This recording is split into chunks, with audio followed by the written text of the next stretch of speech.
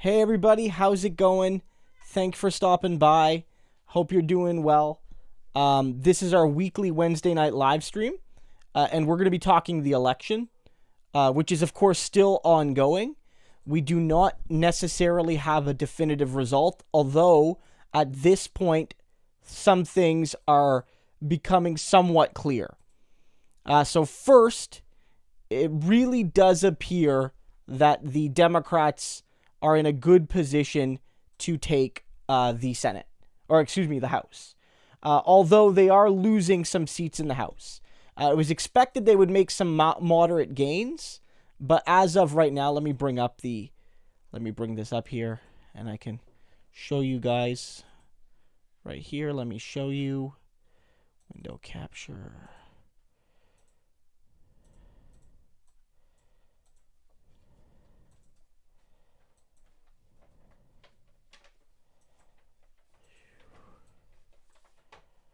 Show you this.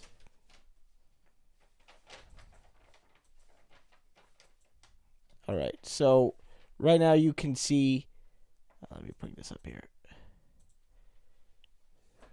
You guys can see here that the House is starting to take shape a little bit.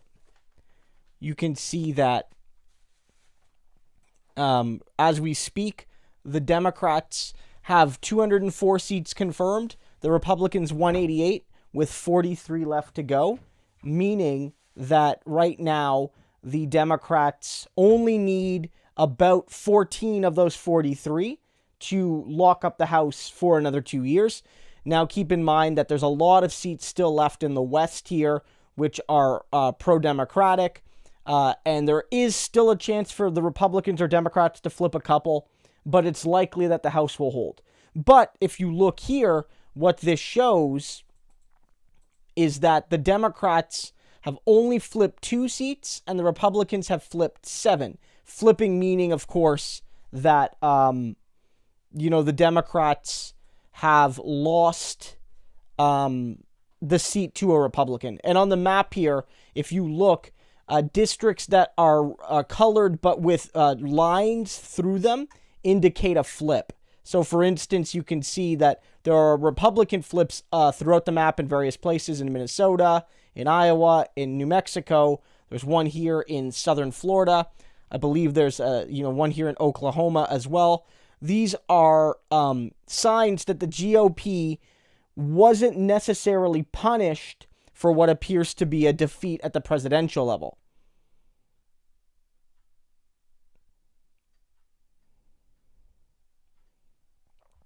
Benjamin says, I got a shout out on Vouch's stream. That's pretty cool. He's certainly a very big streamer. It's happy to see. That's very nice of him. I'll be sure to drop him a note and say thanks for that. That's very kind of him. Okay. That this is showing again the Democrats are going to hold the House. That's everyone's predicting that. The question is, are they going to have a reduced margin? That's not likely to matter all that much, frankly, because of this. And this is the Senate. And so as you can see with the Senate, right now, the Democrats are at 47, the Republicans are at 48, and there's 5 seats remaining in this cycle. If a state is all white here, it basically means that there was no Senate election from that state in this cycle, because it's not always the case. You only have 2 senators and there's 3 cycles. So sometimes you don't have a Senate up for election. And so you can see there's basically these seats remaining. There's a seat in Alaska. There's 1 in Michigan. There's 1 in North Carolina. And there's 2 in Georgia. It's a rare double election because of the special in Georgia. And for the Democrats to get control of the Senate, they need to win all 4. They need to win 4 of 5 of these, or if they do win the presidency, they need to win 3 of 5 because Kamala Harris would become the tie-breaking vote, because in a 50-50 tie in the Senate, the control goes to the party with the vice president. And so right now in Michigan, Michigan would not be considered a pickup. They need to win Michigan. They need to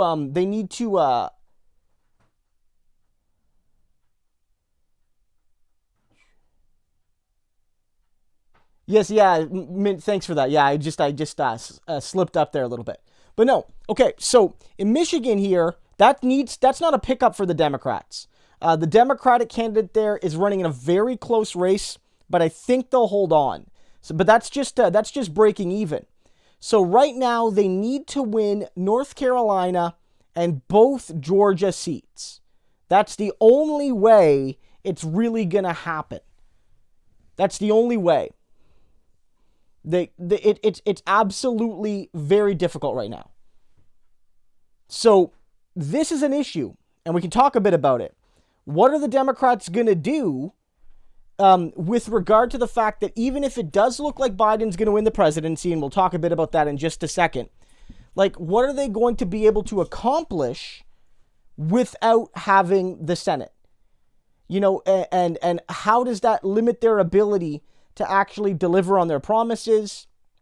What does that mean for responding to COVID and to the crises that surround it? Like, frankly, it's going to be a major, major issue. Can I come say that? Yeah, for sure. Everybody, for regulars on the stream, here's Brianna. Brianna's stopping by. How's it going? Let me bring up the screen. Hi, everybody. So we're looking at the map here right now. Here in the Senate, and as you can see, it is a major issue right now. So basically, with the Senate, the Democrats, it's looking like they're going to pick up 1, maybe 2 seats, but that's not enough. Yeah, they need 50. Yeah, they need to get to 50. It doesn't look like they're going to get there. They might get to 48, maybe 49, but not 50. So Biden's going to be a lame duck president. In a sense, it could be. It could be, at least for the first couple of years. Maybe there's a chance that he can take the Senate in year 2 if he's been or in the midterms. And if he's able to maintain the House at the same time, then he would regain that legislative power. What's Wisconsin doing? Wisconsin, for Senate, there's no Senate elections in Wisconsin this year. Oh. So only about a third of the Senate goes up every election. Yeah, every 3 years. Right? Yeah, and so basically what that means is you're not seeing you're not necessarily going to see a Senate run in every election, and that's what we're getting right now.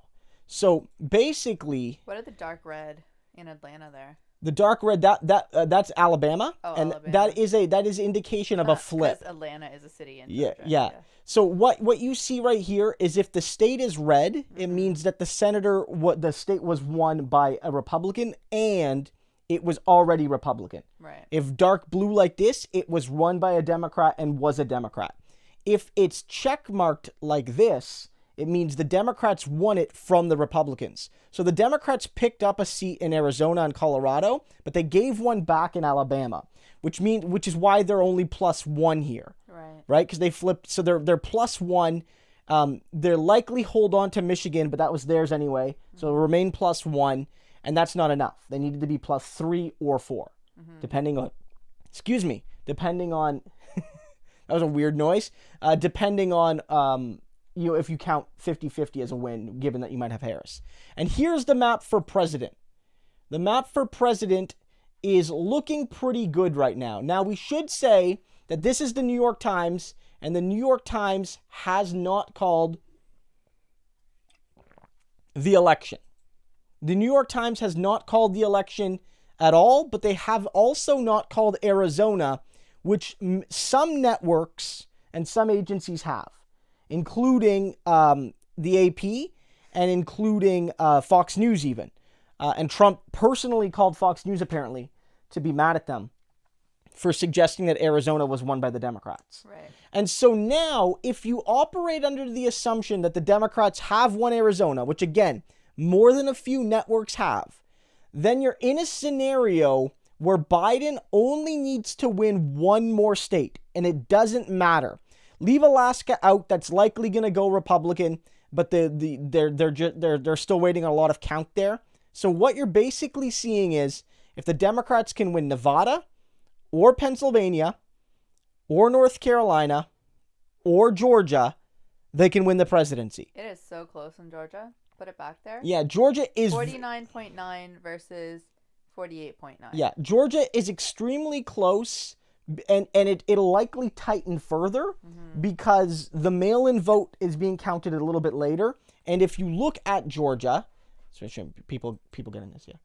If you look at Georgia, what you see is, if you go in the map here, you can look about where the vote is coming in.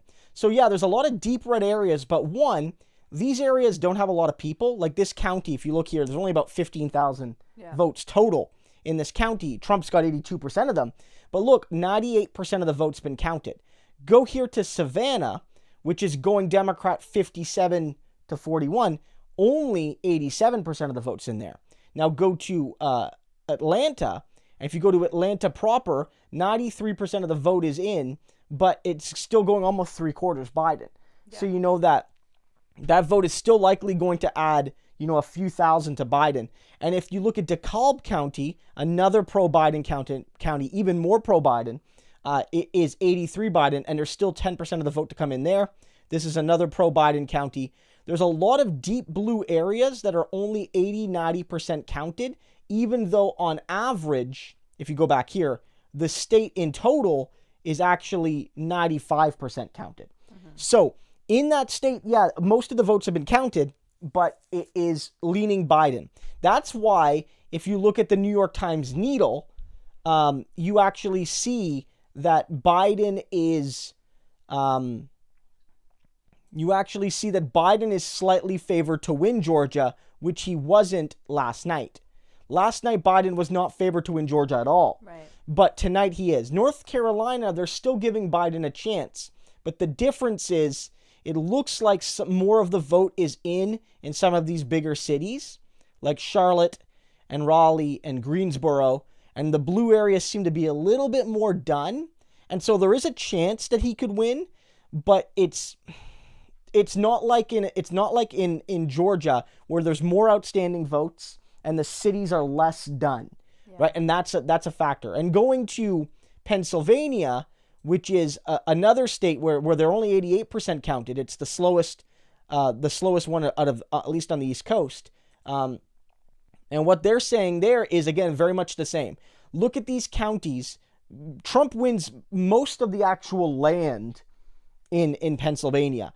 But if you look here, Pittsburgh, 58-39, but only 90% of the vote counted. Yeah, I've been to Pittsburgh, and it is, once you get outside the big cities, it gets very conservative, right? Yeah. Absolutely. But one thing to be said is that Biden is doing better in some of these outside the Pittsburgh areas than Clinton did. Biden doesn't need to win these deep red areas. He just needs to do maybe 5-10 points better. Look at Philly, though. Philly, which is even more blue than Pittsburgh. Philadelphia proper, only 70% of the vote in. And specifically, they're waiting for mail-in votes.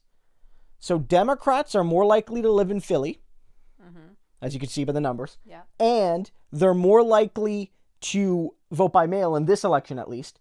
And so you have to assume that 30% of the vote outstanding here is still well over 100,000 votes, maybe more. And that will overwhelmingly go Biden. And then these counties as well, still 90% here.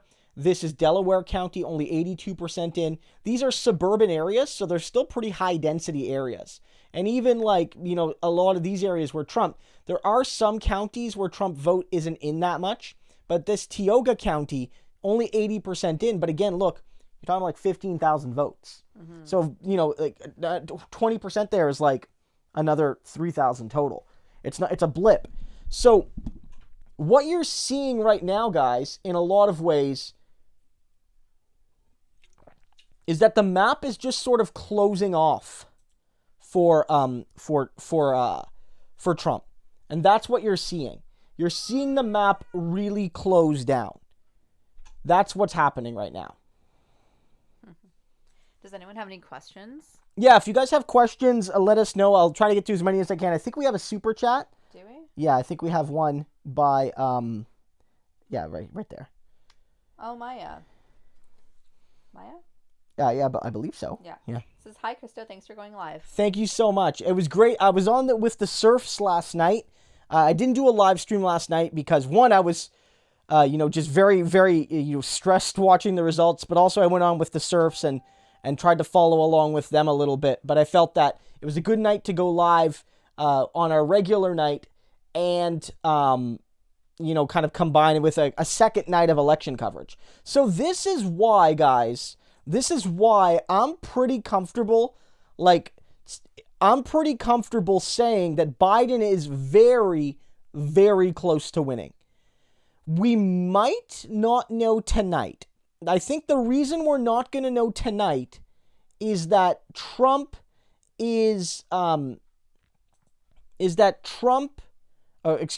Nevada isn't going to be releasing further results until tomorrow, right? Mm-hmm. And we need to see more from Nevada, given how close Nevada is. And I think that's something that we're still waiting on. Is that until we see that, we're sort of not getting that result. And so that's definitely something to look for. We should, around 9 p.m. Eastern, I believe, get more results here in Arizona. And that might be the final thing that allows some of these networks to call it for the Democrats. Mm-hmm. We're going to see more votes here from Maricopa County. Yeah, it's close.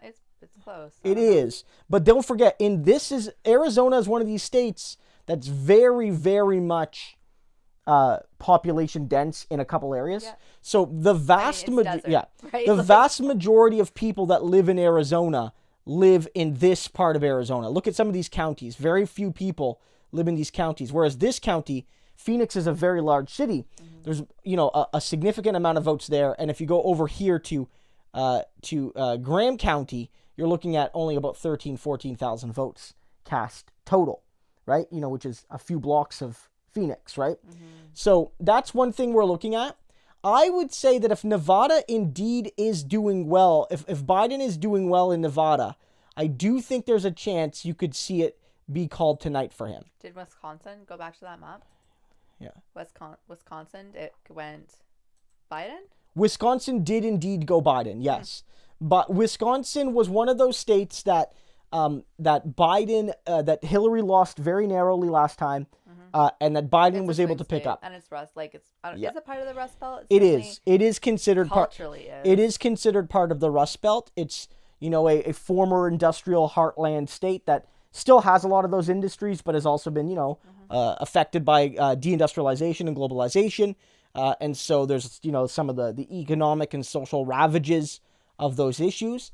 And so it used to be a very, very blue state, but with the decline of trade unionism and the growth of white identity politics, it's made it more of the kind of state that a Trump-type Republican can win. And this is where Trump won the election. He won Wisconsin, he won Michigan, and he won Pennsylvania. And he didn't lose Arizona and states like this. And so this is why Trump basically needs to sweep the remaining states, because he basically won all of these states. He needs to win Arizona, Georgia, so if he can win these three, he needs to win 4 of the 5, basically. Whereas Biden only needs to win 2 of the 5. Mm-hmm. And Biden is leading right now in these 2 states. And is catching up, as we see in Georgia. And in fact, just as we saw, it was 49.8, so he's gained 0.2% there, starting to reel him in a little bit. Yeah. So we have to see. So the question is, what is this going to mean? What is this going to mean? And I think it raises a lot of potential issues with the Democrats, because they're not going to have a lot of the power they need to get things done. Any interesting comments or? Yeah. There's some disbelief that the election is happening properly. Well, I would say that it's actually probably being done pretty well. Given what's happened, this has gone off sort of relatively without a hitch, I would say. I would say that in some ways, you're not seeing the same issues of you're not seeing a lot of worry about voter fraud and stuff. And I will say that you're seeing that from Trump and some of his supporters. You're seeing them basically try to invade polling stations and you're seeing some of them, interrupt press conferences and things like that. But if we're being honest, the fact of the matter is this has gone off pretty well. And I don't think that there's major issues at all with voter fraud or anything of that sort. And if anything, the major outstanding issue right now, I'm going to bring this back up to max for now. We might go back to the map for a little bit. But the major issue, I would say, if there is any, is simply the failure of the Postal Service to deliver ballots. Well, and Dylan Mayhew has a question. When they call the election on certain states, do they stop counting mail-in ballots, or can some other results change? And he's a fellow Canadian. Yeah. No, they only call once they've counted enough of the ballots that it wouldn't make a difference, right? Well, the way it works with calls is there's two different kinds of calls. There's the official state certification, which is when the actual state, because the federal government does not certify the result. It's certified by the states. That's when all the ballots are counted. All the things are dealt with. The state officials will say, we have official results. We have this many million, this many 100,000, this many thousand, this many individual votes. That's the result. Joe Biden has won or Donald Trump has won. And all these people have won the various congressional and Senate races in the state. That's the official certification.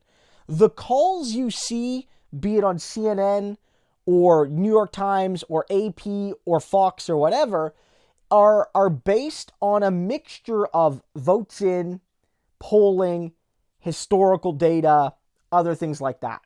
And so when you watched the news last night, you might have noticed that the second the clock struck, I believe, 8 p.m. Eastern, Vermont was called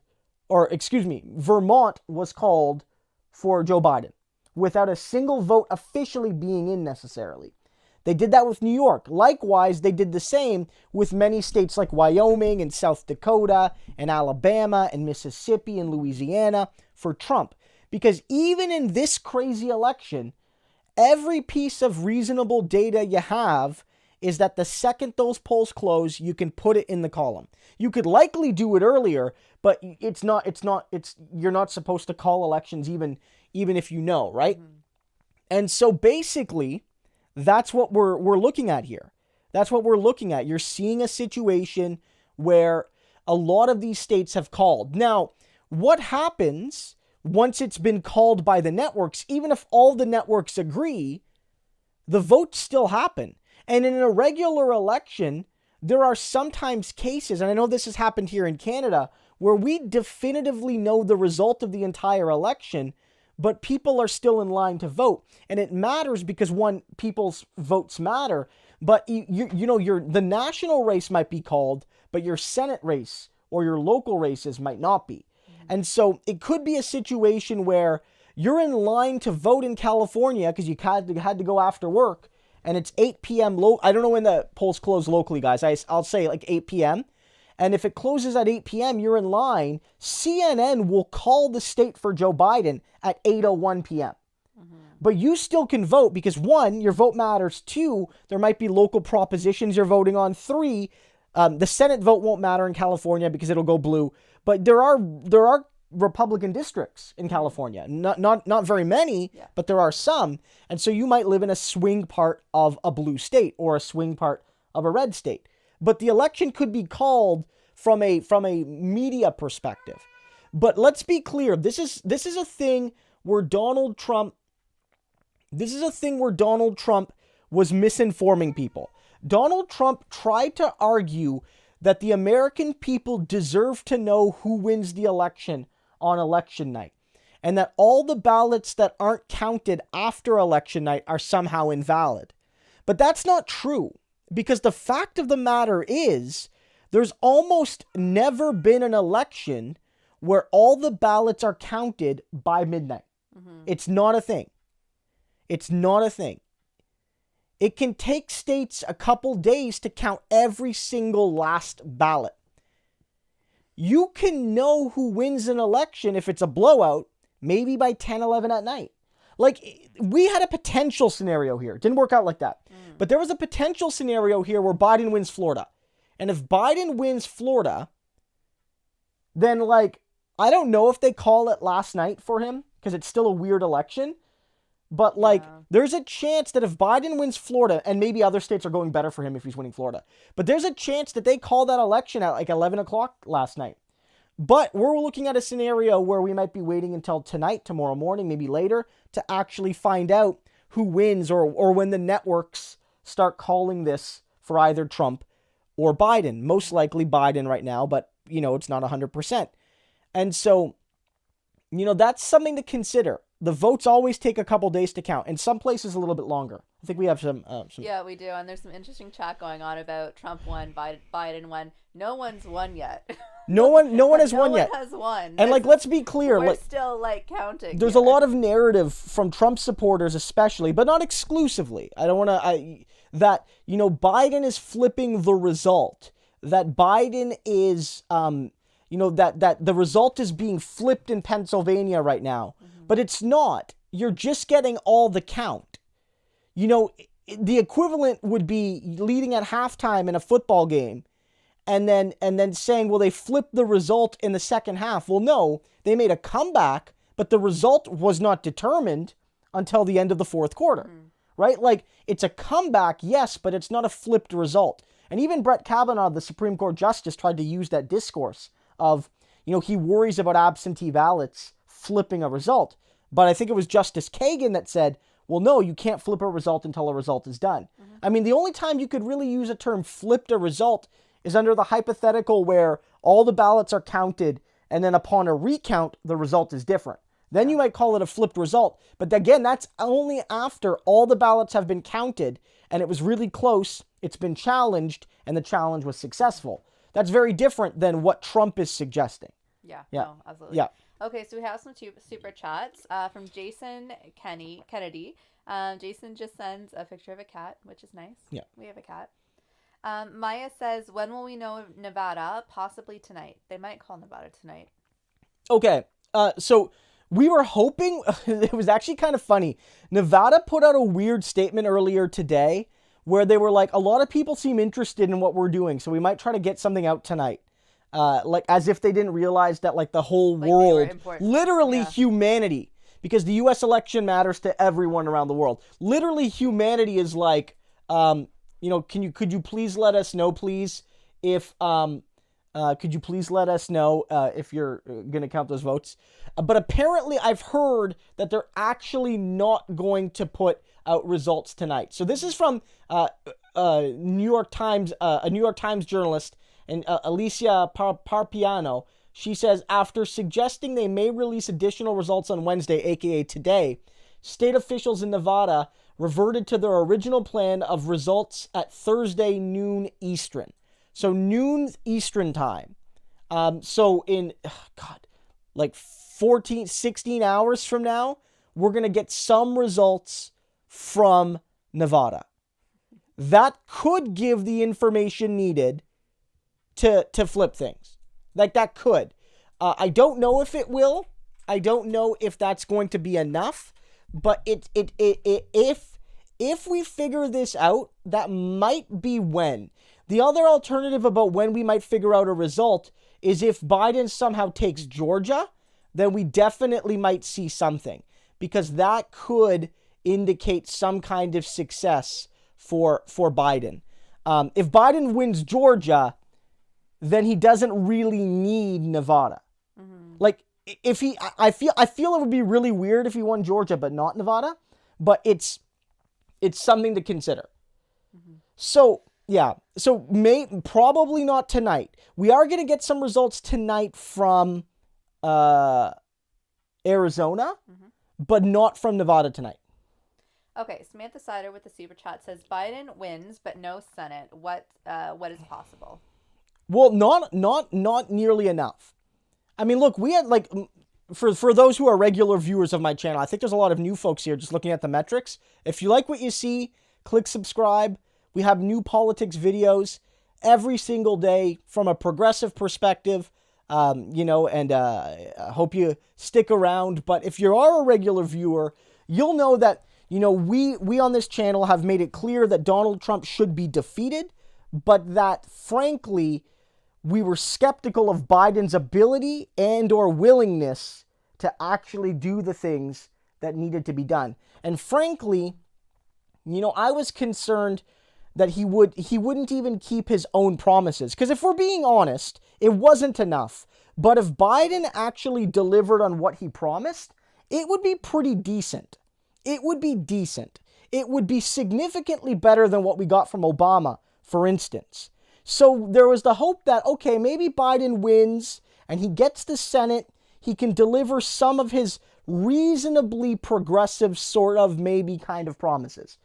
But the fear was always that even with, say, a 51-seat majority, that moderate senators like Joe Manchin, or maybe some of these senators that would maybe win in Georgia or win in, in like a North Carolina or whatever, those senators might not be willing to rock the boat all that much, knowing that, their victory maybe depends on them being something of a moderate and not accepting what, say, Bernie Sanders or Ed Markey wants. And so it was always going to be hard. Without the Senate, it's difficult to pass much. Basically, the rule of the land is, more often than not, if you want to do anything, you need to put legislation forward. It needs to get a majority, at least, in the House and the Senate, and then the president needs to sign it. And if the president doesn't sign it and he vetoes it, quote unquote, then it needs to get 2/3 support, I believe, in both chambers. And so basically, what you're seeing right now is that it's going to be very hard to pass something like a good stimulus package. You're going to need the Republicans to agree to it. Basically, anything that creates new spending, because the president cannot introduce new spending, at least not in any kind of significant way, it is something that we need to really consider sort of off the table. Maybe the Republicans will be afraid and they'll worry about it, but I doubt it. I really doubt it. I think Mitch McConnell and the Senate Republicans are going to be able to block a lot. You're probably not going to be able to get a Supreme Court justice. They'll just operate with 8. They'll just, if another one passes away or retires or quits or whatever, they're going to they're not going to give it to them. Biden will likely be able to appoint a cabinet. Moderate Republicans will not be so obstructionist that if Biden wants to appoint a cabinet, he won't be able to. So expect like Mitt Romney and Susan Collins to vote for most of Joe Biden's cabinet, but they're not likely to get a Supreme Court justice. And certainly if they do, it's going to be very moderate. So the hope is, the best case scenario, the best, is that, to be glib, one of the conservatives croaks, and that way if you can get a moderate, it's not what the court needs, but it's like, if you can replace Clarence Thomas with Merrick Garland, it's a positive. Whereas if you replace, say, Ruth Bader Ginsburg with Merrick Garland, it's a negative. And these are all things to consider. One thing that could be done, people calling me 24, that's pretty cool. Thank you for the compliment. I'm significantly older than that. Okay, let's get to the comments. I'm significantly older than that. But there's one thing I do want to kind of note, is that the president does have a lot of power. If you recall, going all the way back to 2016, 2017, when Trump took power, when he started putting all these executive orders out, some of which were blocked by the Supreme Court because they were effectively trying to circumvent legislation, but not all of them. Trump was basically doing a lot of very important, from my perspective, bad, but maybe you have a different perspective, things simply at the White House. And there's a lot Joe Biden can do. One, to reverse most, if not all, of Trump's executive orders. He can do that on day one. So, for example, he can get rid of the ban on certain Muslim countries that Trump has basically had travel bans. He can get rid of those just easily, does day one. DACA-related things he can do day one. Anything to do with treaties, with regards to the Paris Climate Accord, he can rejoin that, easy. without the needing legislation. There's a lot the president can do on his own with minimal congressional approval when it deals directly with like the administration of the federal government in a lot of ways. Like that Biden could make some significant differences. The significance might be that it's not even about doing good things, but preventing the worst things of Trump. Well, there's some other questions Yeah. that are coming up. So, go back up. Yep. I think where we're at. Okay, so what is possible? So John Barlich says, "Oh my God, Bree is back. Backstreet back. All right. Oh, that's nice. Thank you, John." Joseph Mangano says New York voters approved recreational marijuana. Yeah. That's good. Yeah, 100%. No, I think So just there is definitely a sense from my perspective that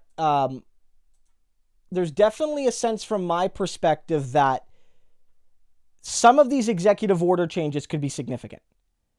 So that's something to take a look at. It doesn't mean that it's going to be enough, but it does mean that some of the worst things Trump has done on his own could be curtailed. Mm-hmm. Another factor you have to consider is that it will change the administration. Like, if you are worried about corruption and decency and these sorts of things, if you actually care about those things, then it is the case that, Biden will not likely have half the administration be his children. You know what I mean? Like, there's going to be perhaps a changing of how the White House is run as like an administration, as like as an institution, as an office, as an organization. And that's something that's basically disconnected. Again, key cabinet positions do have to be Senate approved, but I don't necessarily expect Biden being blocked from building his cabinet, because I think enough Republicans will let him build a cabinet, but that will be a significant change. Joseph is right to note that there have been some significant legislative victories for progressives. Not every ballot measure was good. In, I believe, California, they basically passed a law allowing Uber and other gig economy apps to continue exploiting workers by calling them contractors. Yeah. So that was bad. But there was a lot of good ones passed. New Jersey, yes, did approve recreational marijuana. In Oregon, they I think decriminalized all drugs in Oregon. Yeah, going Portugal way. Yeah, which is great to see. Mike Figueredo at the Humanist Report, who is who lives in Oregon, was very proud of his state, and rightfully so. That is something that the NDP in Canada supports, Canada's left-wing party, but it's not being proposed by either the Liberals or Conservatives. Did you say New York or New Jersey? It's New Jersey. Yeah, I said New Jersey. Okay. Yeah, did I say New York? Sorry. Yeah, New Jersey. I meant New Jersey. It says NJ. Yeah. And even in Florida, which went to Trump, and not by an insignificant amount. Trump didn't just eke by Florida; he won it by a solid few points. They voted 60% for a $15 minimum wage. Now, a phased-in one, but nonetheless, the people of Florida voted for both Trump and a minimum wage. And I think there's a couple things to think of here. Is one, these things are good. Like, these are good things. Just, we don't have to be nuanced about it. Some of these things are great. Mm-hmm. It's great that people are going to have more freedom. Workers are going to have higher wages in Florida. And all these things are going to happen. But it's also, I think, a sign of the Democratic Party's failure. Because in a lot of these places, you have the clear desire from regular voters for policies that will help them or stop hurting them, in the case of, say, drug decriminalization, in their day-to-day lives. A direct policy that I can say yes or no to that will make my life better or at least less worse. Less worse. Like, harm reduction. Yeah. Their harm reduction techniques. 60%, it has to include Republicans. There's no way it doesn't. Mm-hmm. The Republicans got like 50. It has to include at least some Republicans in Florida went to go vote for Trump, and on the very same ballot voted for a $15 minimum wage, which the Republicans will not provide. Especially a Republican president. He just wouldn't do it. Mm-hmm. He would not do it. And so clearly, clearly the Democrats failed from a messaging perspective to connect their policy book to actual things that make people's lives better. And that's an absolute shame. Okay. So Justin Frederick, he has 2 super chats. Maybe Yes. I'll just read them all. Yeah. Okay, so Justin Frederick says, even with the Senate, which he won't get, Biden doesn't want change. Win or lose, the U.S. is messed up. Biden seems that he wants to be Republican light already with his unity crap, he said today. Yeah, I mean, look, to your first point, the fact of the matter is, this is the system. Like, the system is designed to suck, right? Like, whether you're talking about the Senate or you're talking about the Electoral College, it's been designed to protect slave-owning states. That's what it was originally designed to do. The Electoral College was designed because a one person, one vote rule would have given more votes to the North, because in the North they had more people, and more especially free people. There were very few slaves in states like Pennsylvania, and so their population was almost all white, and a good chunk of them were landowning white men. Whereas if you went to the South, a significant proportion of their people were people of color, specifically enslaved people, and even if they weren't, they didn't necessarily have the right to vote. And so the argument was, well, we want to have those people count for people to give our states weight in the election, but we don't want them to have the actual right to vote themselves. And so that's where the 3/5 compromise comes from. Yeah. They agreed, yes, you can count them, but only as 0.6 people, 0.6 of a person for every black person, for every slave in your state. And what that meant is it gave a weight to those states, but you needed an electoral college in a sense to actually get that, because otherwise, it's very difficult. Who gets that 0.6? Does the owner get the 0.6 votes from every person they own? It was too complicated. Yeah. So they created an electoral college that said the winner of this state, this state will have this many electoral college votes based on a calculation of a percentage of their population, and those people will choose the president. And that's how it was created. That's how it's created.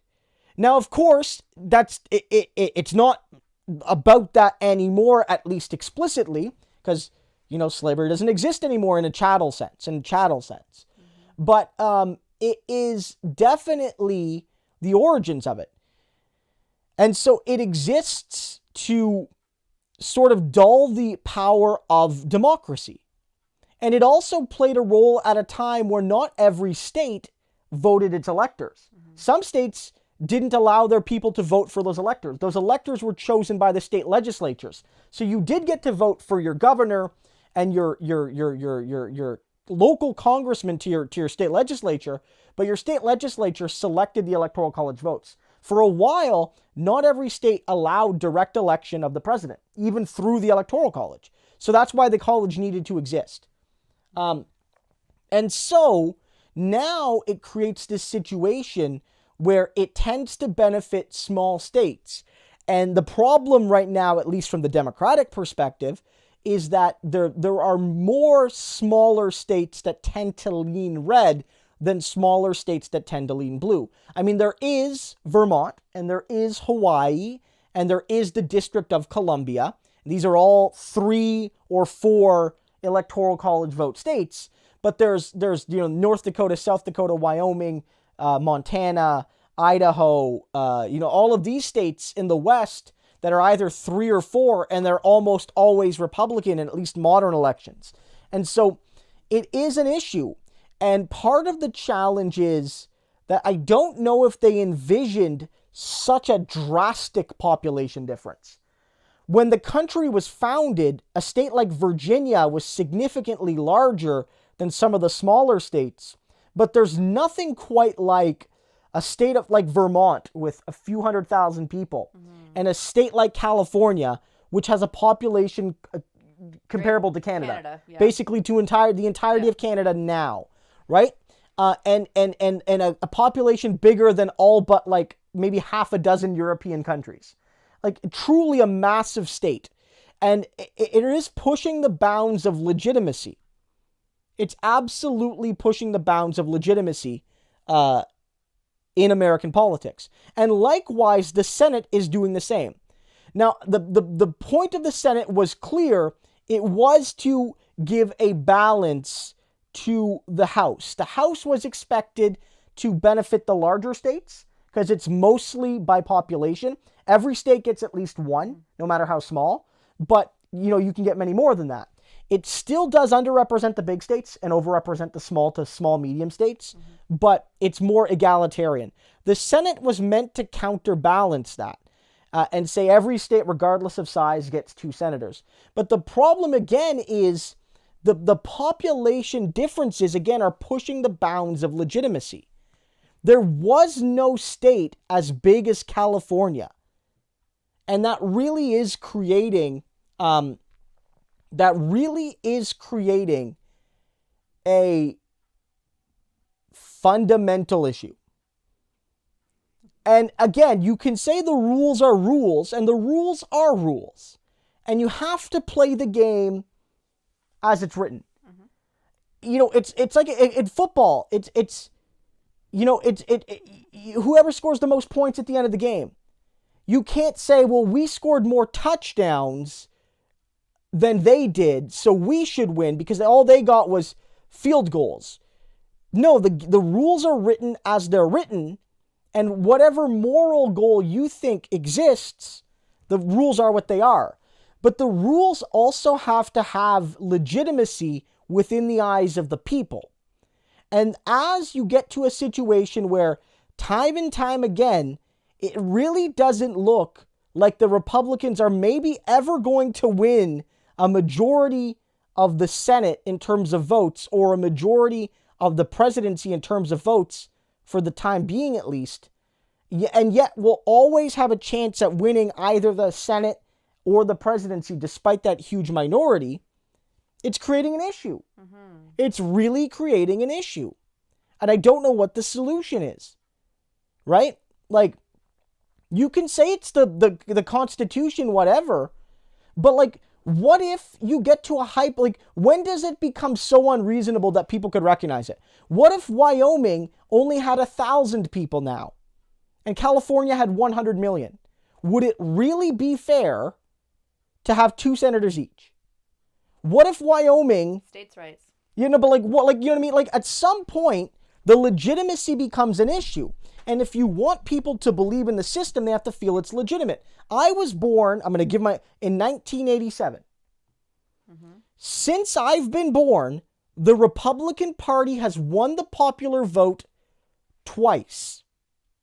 In 1988, they won the popular vote, right? In 1992 and in 1996, they didn't.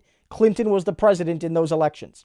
In 2000, the Republicans didn't win the popular vote. They just barely lost it, but they won. 2004, the only time that I can remember is they actually did win the popular vote, although not by much. Bush did win in 2004.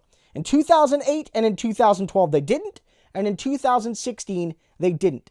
The Republicans have also not won a majority of the votes cast in the Senate for like 40 years. They do, like, it's a legitimacy issue. It is very much a legitimacy issue. Okay. We have another super chat. You need to scroll down. Also, we have people from California and Vermont both watching tonight, which is nice. Yeah, and Justin with comment about unity. Yeah, certainly Biden is trying to sound that. I definitely think Biden is I think he's sincere in his belief that bipartisanship is a good thing, which is good in the sense that I don't think he's lying, but it's bad because Republicans definitely don't believe him, and they will eat him alive if he's genuine.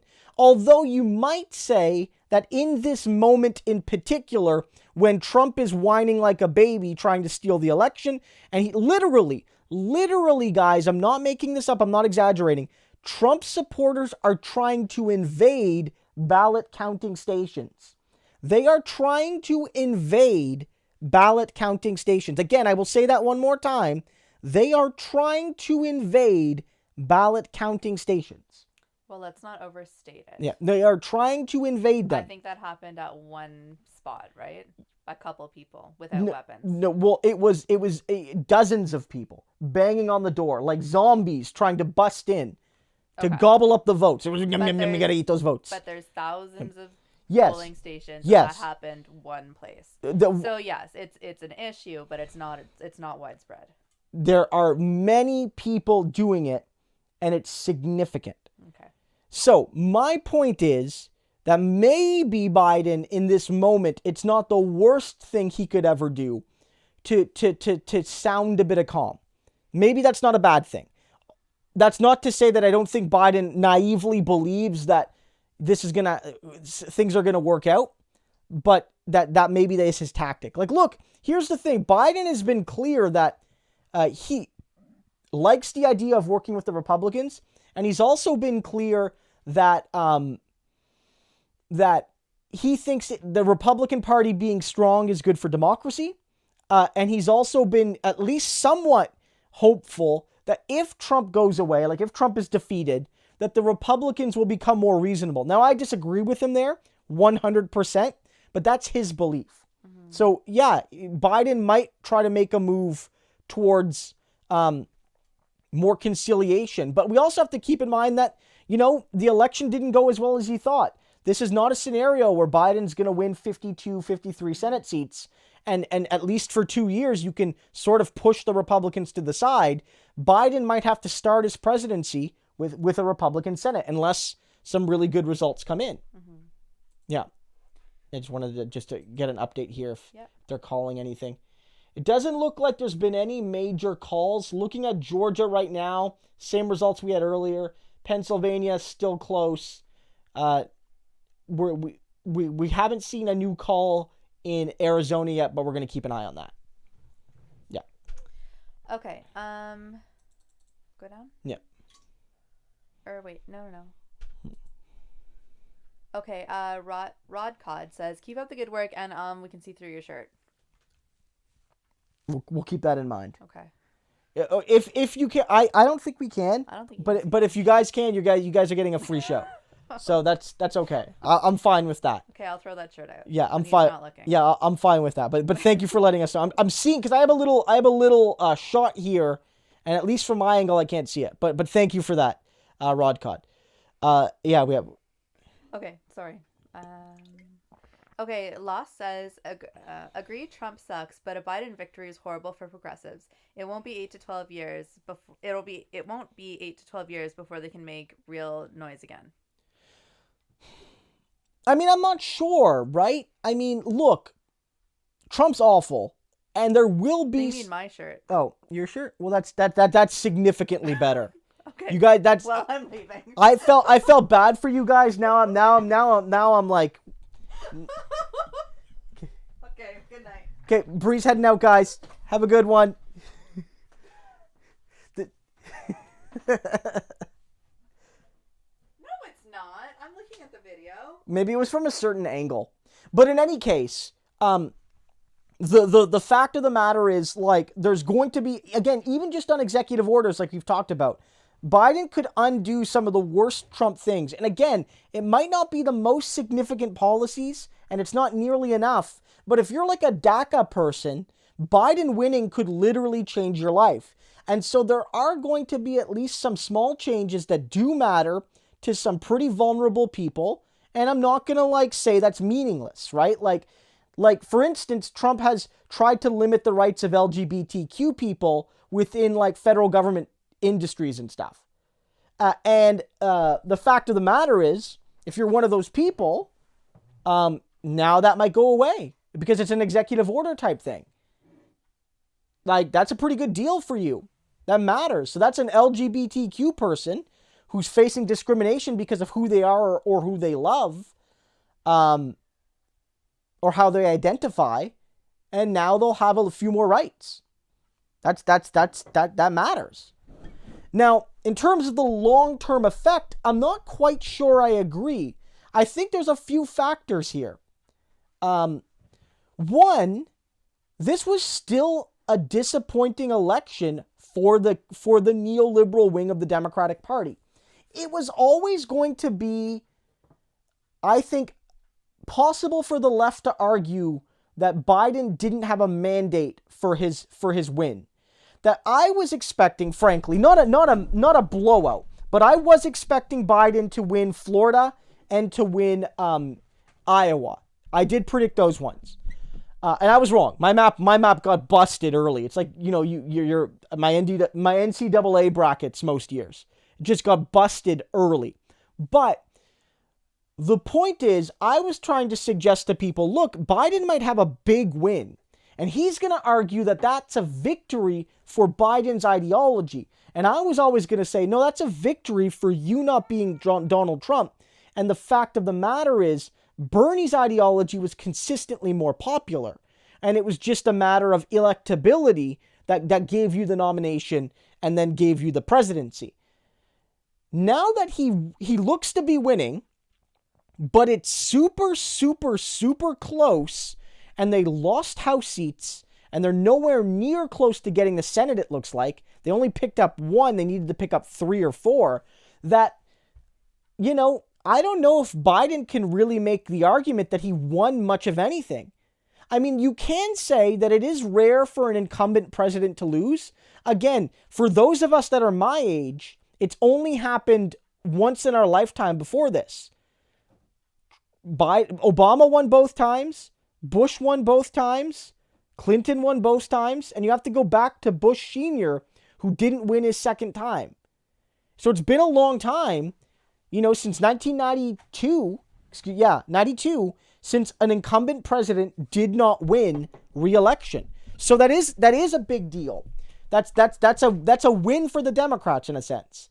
But there's a lot of problems here. They lost support, significant support in some places among Latinos, not just Cubans in Miami, but look at Texas. They lost some support in key areas, and maybe it didn't matter because Texas wasn't quite as close as people expected, but that's concerning. We talked about it earlier in the stream. Biden and the Democrats are -5 or so right now in the House. Now, that doesn't mean they're going to lose the House, of course. Right now, the House actually looks pretty decent. So that's not the issue. The issue is, however, that they're basically finding themselves without any gains. And so what did they win? Yeah, they defeated Trump, a man that let 250,000 people die on his watch. But, like, where's the big win? And so, unlike a scenario where Biden and Harris win 400 or 350 electoral college votes and absolutely wipe the floor with Trump and win the Senate and get an extra 5-10 seats in the House or whatever it is, and then Harris is an absolute lock to be the nominee in 2024, I think there's more room for the left to challenge ideologically based on the failures of Biden. AOC and others can say, look, T.O. Bernie absolutely crushed it with Latinos, and you blew it with them. You blew it, Biden. You barely gave any main coverage to Latino Americans. You barely gave any of us a speaking slot at the DNC. Your campaign was saying that you don't see Latinos as part of your path to victory. And you got walloped, at least in some states, by that. You know? And you could also say, like, again, Florida voted 60% in favor of a $15 minimum wage, and then those people also voted for Trump. How the hell did the guy running on a $15 minimum wage not win that? Why didn't he talk about it more? Why was that not more central to his messaging? He started to do it a little bit towards the end, but why was Biden from the beginning not hammering public option, $15 minimum wage? Like, it's not enough. Like, Biden's economic and social policies were not enough, but they were undeniably better than what Trump was offering. So why the hell wasn't he offering them? It wasn't as bad as Clinton's campaign, but it wasn't a heck of a lot better. And so I think there's a lot of room to criticize the Biden-Harris campaign for their failures. And I don't necessarily think that the left is shut out for the next 8 to 12 years. I don't think so. And maybe they would have been if this was a big win for Biden, because he would have been able to argue, oh, I have this mandate and, you know, 2016 never happened type thing. We don't live in that world. Justin Frederick says, why did Tulsi even endorse Biden? She did nothing to help him win and was literally liking anti-Biden tweets last night. Justin, thanks for the super chat again. Thank you for your generous support tonight. I very much appreciate that. Appreciate it. And all of the other folks as well. Those help sustain and grow the channel. So I very much appreciate it. Justin, I don't know. I mean, Tulsi, like a lot of people, likely felt that, you know, I ran in the contest and, you know, Biden was the winner, and so I had to endorse him. I think that, at least when she did, I thought that Tulsi had a bit of a soft spot for Biden. Like, I don't know, like, because, like, if she, like, I don't know if, like, she just respected him, like, maybe, like, they had a friendship, I'm not sure. But the fact of the matter is, like, she didn't go at Biden. Remember how hard Tulsi went after Kamala? We remember that. In fact, a lot of people said that there was a lot of reasons why Kamala Harris flamed out of the primaries. But people do point to Tulsi absolutely eviscerating her in one of the early debates as a sign that maybe Kamala Harris wasn't going to have, like, the best primary. And she didn't. She was out relatively early, significantly earlier than Tulsi.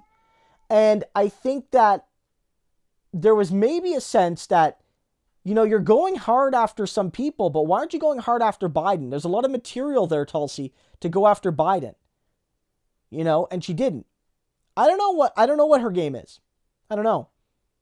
Ideologically, she's much closer to Biden than she is Bernie. If we're being honest, Tulsi supports a Medicare for all who want it type public option plan. I don't think she's really a left-winger like Bernie. Her and Biden are actually both kind of center-right Democrats in ideology, like at least in domestic policy. And so, I don't know. In terms of her vote harvesting thing, I mean, no, I don't think that's an issue. I don't think it's a real thing. The U.S., like Canada, has no issue with voter fraud. It is not a thing. It's not. It really isn't. David Dole has mentioned this at the Rational National. Maybe some of you guys watch David. Probably a lot of you do, actually. David, during one of his streams, made it very clear where he said, you are more likely to get struck by lightning than commit voter fraud in the U.S. More people get hit by lightning every year than commit voter fraud. The issues with voter fraud in the United States have nothing to do with individual voters and everything to do with the baked-in suppression of the system. The only voter fraud being done is by the legislators taking away people's right to vote. That's the voter fraud. The voter fraud, it's not a person voting twice using like a different ID. That's not the voter fraud. The voter fraud is closing the DMVs where black people live so they can't register to vote. That's the voter fraud. It's like everyone talks about like looting, but the biggest form of looting in the United States is employers not paying their goddamn workers. Wage theft is a far bigger looting phenomenon than a few Best Buys getting bopped by bricks or whatever. Right? Like, that's voter fraud. Disenfranchisement of people in prison, felons, working class people, poor people, black people, Hispanic people, students, Even the DNC did this.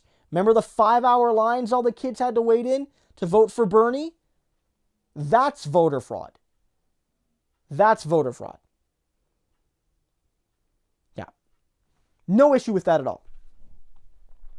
Well, no, Dan, you can call it voter suppression. It is, but you're fraudulently, you're creating the sense that this is what the electorate actually is. What fraud does is it's a misrepresentation of reality. You're fraudulent because you're trying to pass something off as legitimate.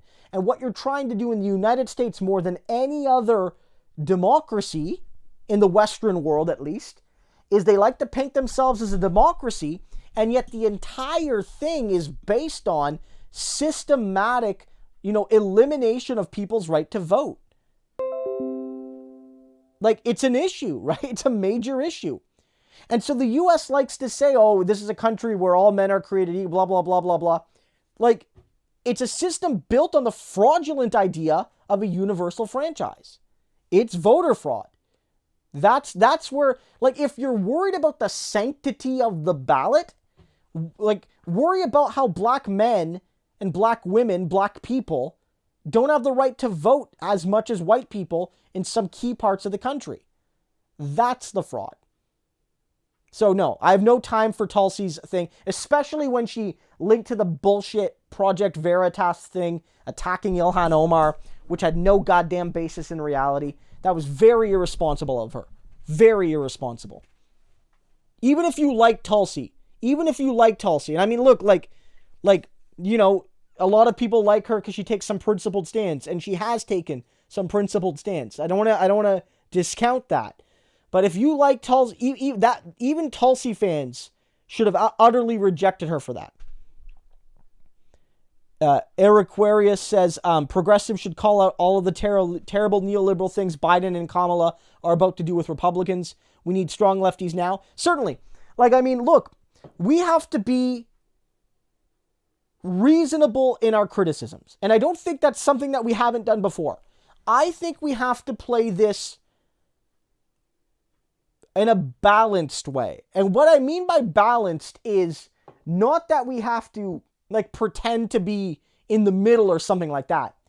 But in the context of what we thought might have been possible, which is Biden and Harris win a big electoral college win, and they win a massive support of in the Senate, and the House grows, and all of that comes in, then you can go at them hard 100% of the time. 100% of the time. The Republicans are basically irrelevant, and you can just hammer on Biden all of the time. Now, you have to be ambidextrous about it. And I think you have to hammer Biden and Harris whenever they capitulate to Republicans, but you also have to be clear that the Republicans are still going to be, on some issues, the bad guy. So, for instance, if Biden and Harris propose a minimum wage and it gets shot down, we have to keep credibility by not attacking Biden on that for, say, quote-unquote, breaking a promise when it's very clear he would want to deliver it, but Mitch McConnell won't let him, versus Biden capitulating to Mitch McConnell on right-wing budget after right-wing budget. And that's the difference. So you call out Biden and Harris when it looks like basically they're bending over backwards for Republicans, but you also criticize Republicans when they try to block even the halfway decent things that Biden and Harris want to do. This is sort of like we have to oppose both the right and the neoliberals. Whereas, if the neoliberals won total power, we could focus fully on them. So it's a bit of a mixture. Because again, look, if you, there are going to be some things that Biden and Harris probably did want to do that just aren't happening now. And that's that's a fair argument. Letting the Republicans keep the Senate has consequences, right? Polly Fufu says, thanks, Christo. I appreciate your work. Thank you so much, Polly. I appreciate your support and your kind words. just trying to look up some new things here, just from the New York Times live update here. They are saying in Georgia, where the race is tightening, 45% of voters say they're doing better today than 4 years ago. In that group, nearly 4 in 5 supported Trump. So that was one of the key questions in this election, that where people felt they were doing better, and whether that it's not always defined. Maybe it's money, but it might not just be money. But like where people feel they're doing better, they voted for Trump, 80%. And so in Georgia, that likely explains why Georgia is close, that Georgia probably has a lot of people voting against Trump, but a significant, near majority of people that say their lives are better, and those people are sticking with Trump. Or maybe some of them are voting for Trump for the first time, who knows? It says here that Gary Peters, this is as of 7 minutes ago, has won the Senate election. That is big. The Democrats did not lose their Senate seat in Michigan.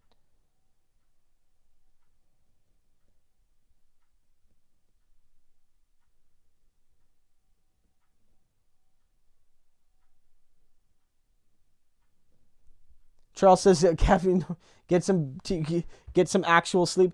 Look, man, even beyond this, like I have a 2-year-old, so like there's rarely all the sleep you need. So it's something that I do have to do a better job of. I know Vaush has talked about this, and a lot of people have. I should probably try to resolve to get more sleep. But no, basically, that's kind of what they're looking at there. Holding on to that Michigan Senate seat. Again, that's not a pickup for the Democrats, but at the very least, they didn't blow a Senate seat in a state they picked up for the president. So that's good to know. This was about 45 minutes ago. Richard L.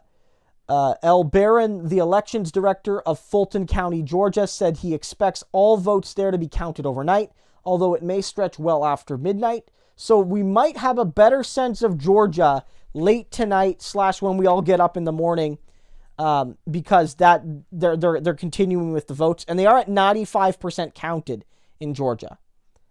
And the result, again, as Bree and I were noting when we started the stream, the result in Georgia was about 1% difference, and now the result is less than 1%. So it's gone from a 1% split to a 0.8% split in Georgia. Again, Biden needs to find roughly 50,000 votes, I believe. 46,000 votes. He needs roughly 46,000 votes right now. That's not impossible, considering that there's at least a decent amount of votes outstanding in the Atlanta area, in and around Augusta, in and around Columbus, in and around Savannah, in and around Macon. All of the, and Athens as well. Athens is mostly in, but basically in all of the cities in Georgia, Biden is doing well, and there's still some votes to come in those areas. So he could still eke out a win in Georgia.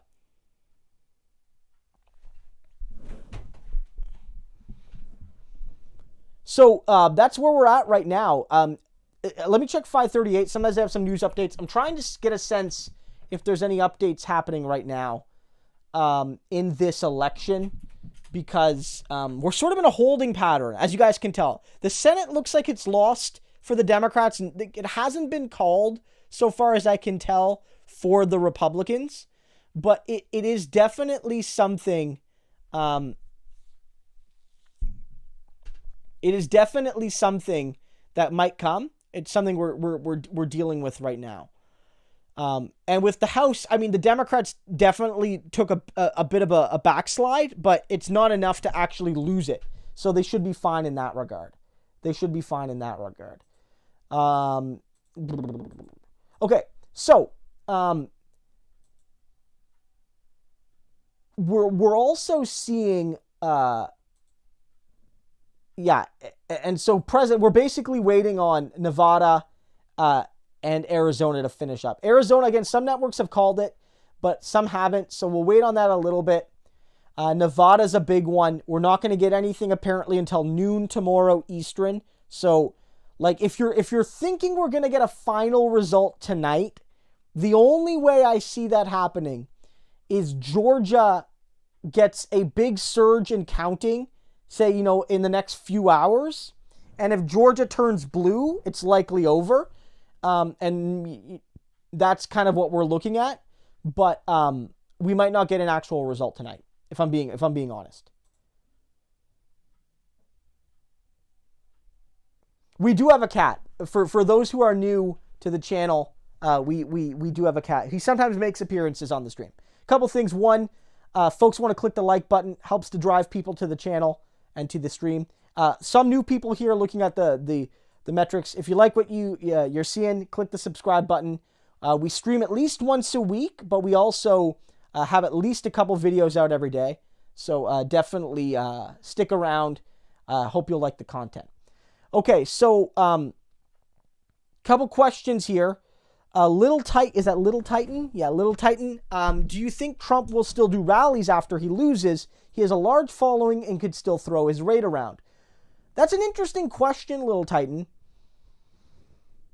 I don't know if he's going to do rallies in the same way. I think that, Trump's original plan back in 2016, because at least for most of that election, I don't think Donald Trump thought he was going to win. Like, it's almost like he was a bit surprised he won, because he didn't run the best campaign, if we're being honest, and the polling was never that great for him, although the polling was better for him in 2016 than it was this time. And I think his goal in 2016 was to start a media network, to basically start like a Trump TV. And I think, honestly, if he loses, I could still see Trump returning to that, the Fitzinator, MAGA TV, or something like that. I definitely think that's something that he might do, to try to create some kind of media network, because I think that that's definitely something he's interested in. It's more feasible than all these rallies, because, again, these rallies work because, like, they're for politics, but, like, he can't make money off of them. And in the same way, and they, I don't know how profitable they would be otherwise. I don't think that would be what he would do. Maybe Trump would go on, like, speaking tours. Maybe he would sell, like, tickets to go on speaking tours. But I think a media network makes much more sense. And, as he ages, because Trump's in his mid-late 70s now, it would be something that would be a lot more feasible than a lot of heavy travel. And frankly, it would be something that he could he could involve his family in, and things like that as well. So I think that Trump would maybe start a media network. Now, there have been some people saying that Trump might continue to do rallies in between now and when he concedes the election. Some people have suggested that Trump might do rallies to basically say that I have not conceded, the election is not over, Joe Biden and the Democrats and the media networks are trying to steal the election from me and from the Republicans and from my voters and my supporters, and we're going to fight this. And he's going to continue to do rallies sort of as a protest and as a way to keep up the energy and keep up the militancy of his supporters, even as maybe things start to crumble around him. Now, I don't know about that, and I don't know if that's going to go over well or if that will backfire, but it is something I've heard people talking about. So that might be something. But you're right, like, the thing about Trump is that I still think, even if he loses this, the Republican Party is still very much being molded in the image of Trump, and Trump will still have a lot of influence. And whether that means he's going to try to push for his children to have to kind of forge their path within the party, whether that means that Trump guys, like, look, he'll be fairly elderly, But like, I wouldn't put it past Trump running for the nomination again, because if he could lose and then run again. Like, he could be President Trump in 2024 if he loses this time, sets out for 4 years, and runs again and wins. So maybe he thinks, I'll just run again for the nomination, try to stop me, and people might give it to him. Who knows? So I don't know what Trump's gonna do. God, Trump joins OnlyFans. My God, that would be. Look, it's 2020, so I'm not gonna say that's impossible. I'm just gonna say that's highly unlikely. And Will Blake, I want to make sure. Will Blake 72 says, appreciate you, Christo. Thanks for being a clear voice this past year. Please put out a good word in CA if this US thing doesn't work out for me. Will, thanks so much for that. We're watching this very interesting, very intently from Canada. I think, look, a Biden defeating Trump with a Republican Senate is very much a holding pattern. Not a lot's going to change. Biden said nothing's going to fundamentally change. We know that. Biden's goal was not to make big changes. But his goal was to make some small changes, and I don't even think a lot of those are going to happen. Basically, you're not going to see a lot of movement outside of, maybe the repealing, as we talked about earlier, the repealing of some of Trump's executive orders and Biden putting forward his own executive orders. And you might see the occasional piece of legislation that Biden can peel off enough moderate Republicans on. Whether it's a mixture of they're moderates and therefore they sort of can agree to the policy, or whether it's these individual senators worry about their re-election chances, and so Biden can sort of put pressure on them. That's the only way things are going to get done. So is there a piece of legislation that, for instance, Biden could get, say, Mitt Romney and Susan Collins to vote for? Those are senators that they're not moderates. There's almost no moderates in the Republican Party. But they're moderates relative to the rest of the Senate. So are there things that Murkowski and Collins and Romney can occasionally agree with the Democrats on to actually get something done? And if that's the case, you might see some changes. But I'm very skeptical. I'm extremely skeptical about that.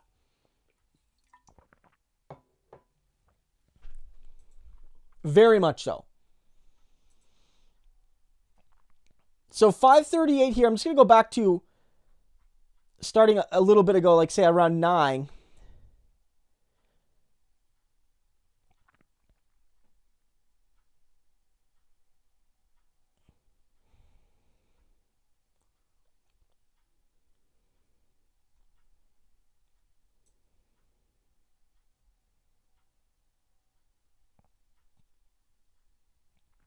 Basically, they're talking about how the Senate looks very difficult for the Democrats. Basically, they need to find a ton of votes in North Carolina with not a whole lot left on the table, or then they have to find a way to win those runoff elections for Georgia. There's at least one runoff. The way Georgia does it, if we go to the Senate, the way Georgia does it is you have to hit 50%. And in the special election, that didn't happen. Kelly Loeffler finished, the Democrat won with 32.5. Kelly Loeffler finished with 26, and Doug Collins finished with 20. But the top two advance. So it's going to be tricky for Warnock because the Republicans add up to such a large proportion, but we'll see. And then John Ossoff needs to find a way to get that to below 50% to force a runoff election in Georgia. Because otherwise, the Democrats aren't going to take control of the Senate. The chance they have, the reason it hasn't been called yet, is because there is still the chance that if they can take 2 of those 3 Georgia seats, the Georgia seats and the North Carolina seats, then they can get to a 50-50 tie. And that does give them control with Harris as the vote breaker, as the tiebreaker. So that's why, although I've personally basically given up on the Senate, and maybe I'll be pleasantly elated. That's why the path is still technically there. Win North Carolina and one of the Georgias, or win both Georgias. That's basically where we're looking right now.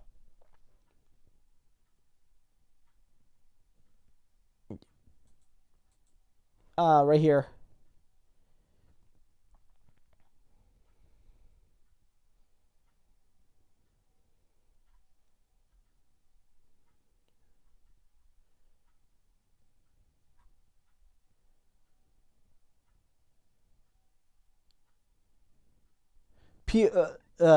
Nate Silver is projecting that Biden will beat Trump by about 4.3% in the popular vote.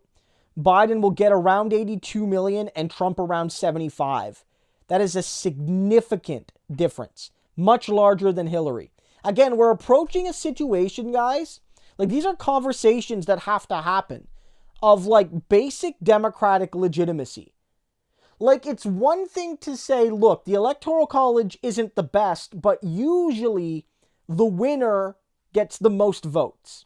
And from like 1888 until 2000, that was true. So you went, like, the Electoral College wasn't, people didn't like it a lot of the time. And it was almost gotten rid of in the 60s and 70s.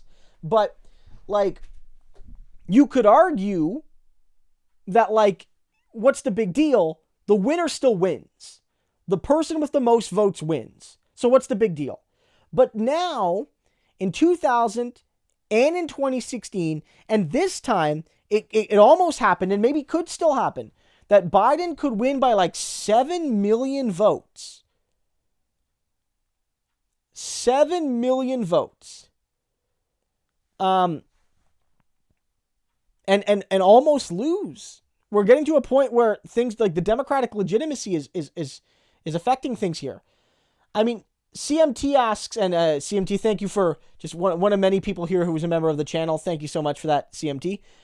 Rubio was running around saying he would support a $1.8 trillion stimulus bill the other day. He is on the block in 22, and people are pissed off in Florida about it. I mean, like, I think the Republicans are all of a sudden going to become very austerity-minded. This is the move. When Republicans are in power, they'll blow the budget on tax cuts, and tax cuts cost money. Spending $1 billion on tax cuts is the same as spending $1 billion on a social program. If you don't find somewhere to replace it in the budget, either with more revenue or less spending, then you have debt. And that debt is created either via a tax cut or a spending increase. And so Republicans, when they are in power, will be austerity, will not care about the budget. But when they are in opposition, they will use fiscal prudence as a tool to block any kind of social progress. And so there is a chance that if the desire for a stimulus is incredibly high, that maybe enough Republicans that are moderates and or in danger will join with Biden. But there's also a chance that they will stonewall. And remember, the Republicans learned their lesson in the Obama years. Because look, I'm not a defender of Obama. I've been very critical of Obama and his neoliberal policies. It's one of the reasons that Trump happened. Like, Trump was a reaction to Obama being black, yes. Like, there was just a lot of pure racism there. But there was also the simple reality that Biden, that Obama's failures took a lot of people's hope away, and they either stayed home or they voted for Trump because, like, whatever. Like, they basically got black-pilled, you know, and they got MAGA-pilled, right? And Obama shares some blame there. But the fact of the matter is, Mitch McConnell made it impossible to do anything, especially in the last couple years of Obama's presidency. It was basically impossible for Obama to do anything. Like, and so you would say the voters, they're going to punish the Republicans for being so obstructionist. And then they didn't. They rewarded them with the presidency, an expanded Senate, and the House. That's what happened. They were not punished. And so Mitch McConnell might say to these people, look, we have to resist the urge to get scared here. We will do nothing.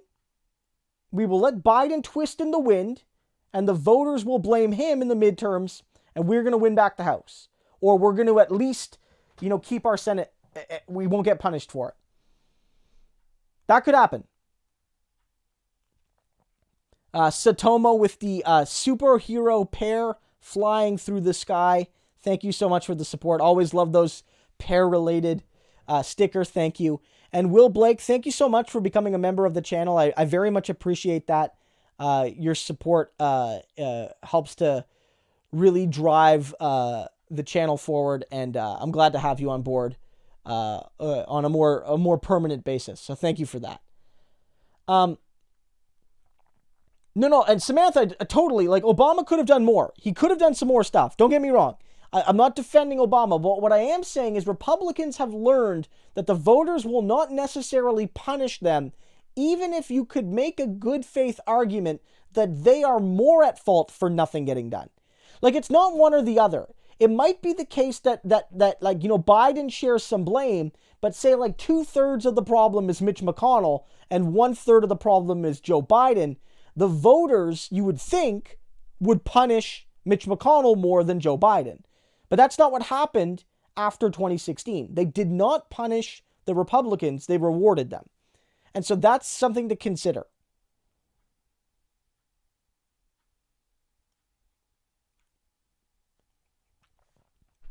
Some people are saying that they don't see a path for Trump winning Nevada. I mean, it's hard to say, right? I mean,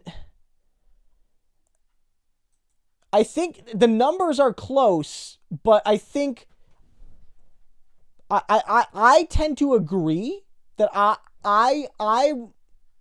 getting close to thinking Biden's got this, but it's also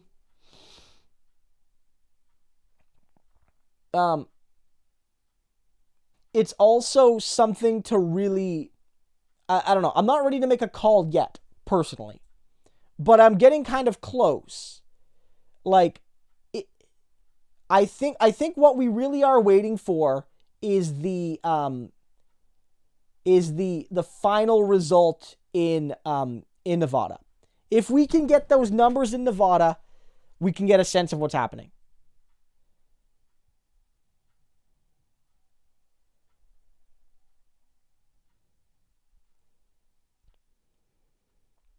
Well, if it's CMT, some people are noting at least Biden can do stuff for DACA recipients. I mean, there are some things that matter, right?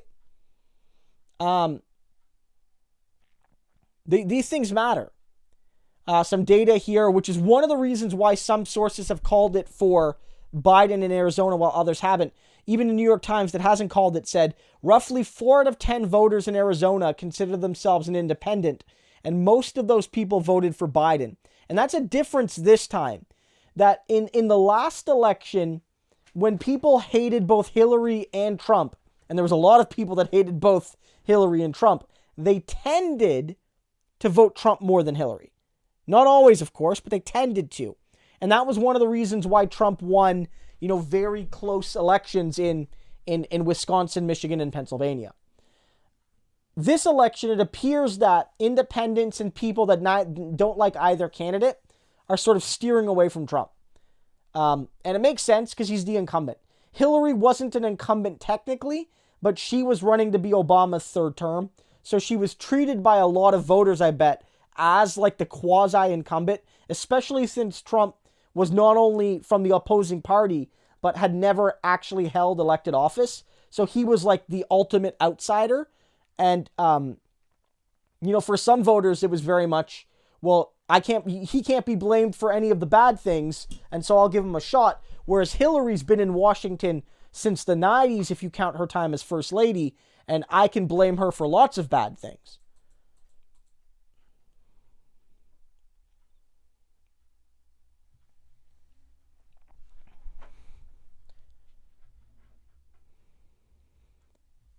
Well, some people are saying it's still a big deal that Biden won, and it's true. Look, I don't think this is something to really celebrate because, if you don't have the Senate, it just seems like such a hollow victory, frankly. But, Again, it has to be said, it's rare in American history. It's rare that presidents are one-term presidents. That most of the time, presidents get 2 terms. Right? Like, it's just usually the way it is. And so when presidents lose, it's a pretty significant outcome. And so, again, the last time it happened was 1992, when Bill Clinton beat George Bush Sr. And so if Biden can do that, he'll only be the second president in the last, since Jimmy Carter, back in the 70s, there's only been a couple times in a lot of people's lives that this has happened. And the one before that, there was a couple in a row because Gerald Ford lost, I believe. But he was a vice president already. It was a bit of a special circumstance. He never actually won his election. So he was technically one term, but I don't believe he was elected as president. Was he? Was Ford elected as president? No, eh? No, that because Nixon won, right? Yeah, 1970. So it's just really rare for a president to lose. It's really rare. So,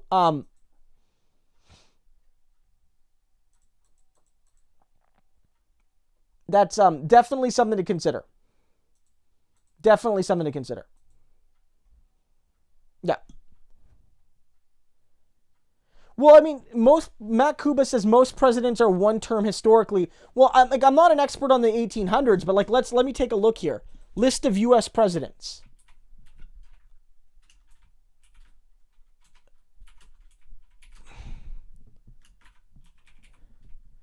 Okay, so if you go to list of U.S. presidents, George Washington did 2 terms. Then John Adams did 1. Thomas Jefferson did 2. James Madison did 2. James Monroe did 2. John Quincy Adams did 2. Andrew Jackson did 2. Or excuse me, John Quincy Adams did 1. Excuse me. Andrew Jackson did 2.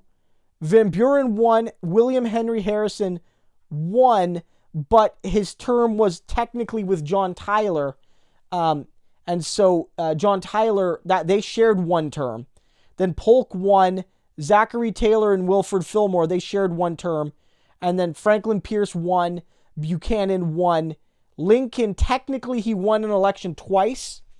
I believe, he won twice. Andrew Johnson 1. Ulysses Grant 2. Rutherford B. Hayes 1.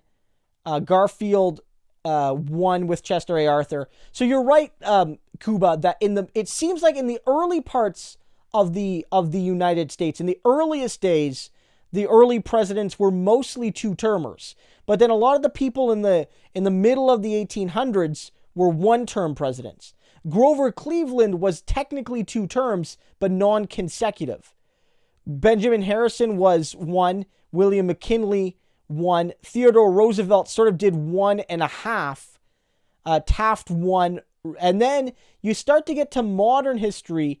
You get Woodrow Wilson with 2. Harding was 1, with Coolidge kind of filling in partially with him. Herbert Hoover 1. Roosevelt, of course, just couldn't stop kicking ass because he offered the New Deal. 4. Truman, I think, won once, but served a full first term through FDR. And then you get the modern presidents, where a lot of them are 2-termers. Well, yeah, and that's another thing, David. Some of those people were only 1 term because of that. But in some cases, it's like their VP didn't win again, so they shared 1 term. Versus, say, Lyndon Johnson, who Lyndon Johnson became VP early in Kennedy's 2nd term, I believe, right? Or became VP, in his first term, and then I believe won the 1963 election. And so it was he sort of got to serve for 2 terms, basically. And that was kind of like a big factor. But yeah, that is something to consider. There's been a lot of 1-term presidents, but since World War II, if you exclude people that aren't connected to either being killed themselves or like serving as their VP, there's been a lot of 2-termers.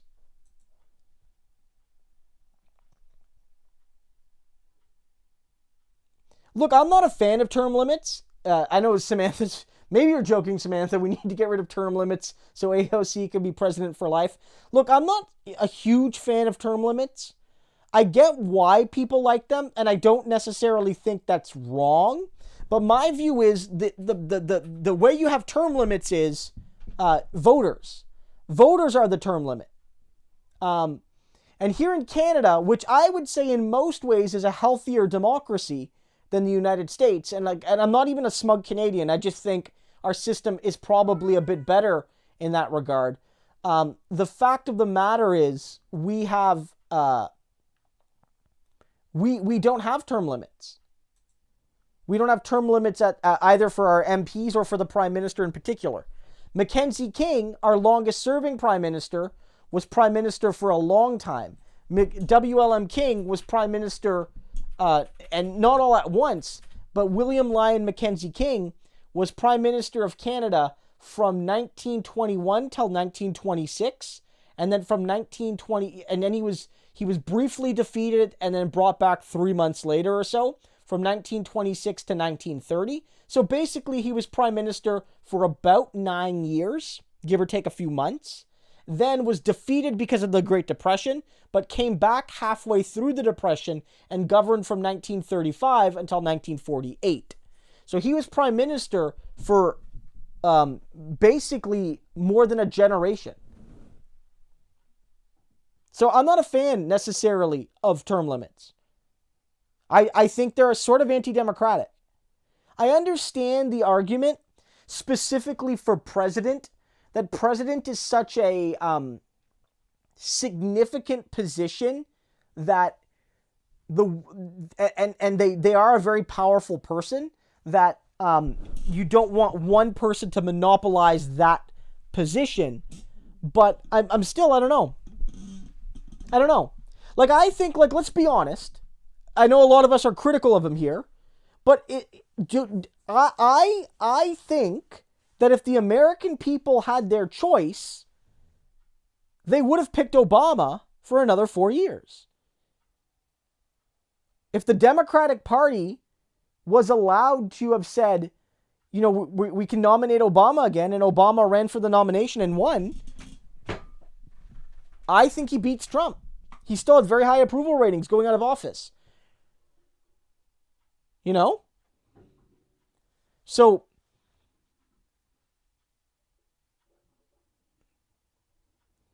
I don't know. I'm not a fan of term limits. I'm not. I think the bigger issue in the U.S. is gerrymandering. I think that's a bigger issue. Like, the reason why people get to, like, sit their asses in Congress forever is because of gerrymandering. Right?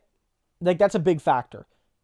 In Canada, we have safe ridings. Like, there are some ridings in Canada.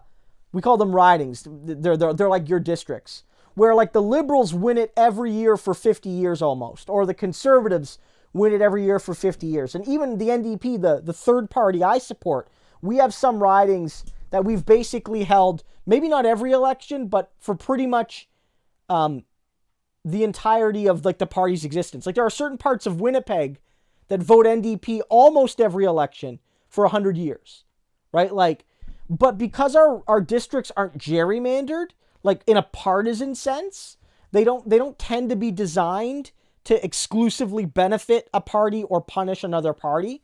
So I would say a greater proportion of our ridings are more competitive, which tends to cut down on the issue of like 40-year politicians, right?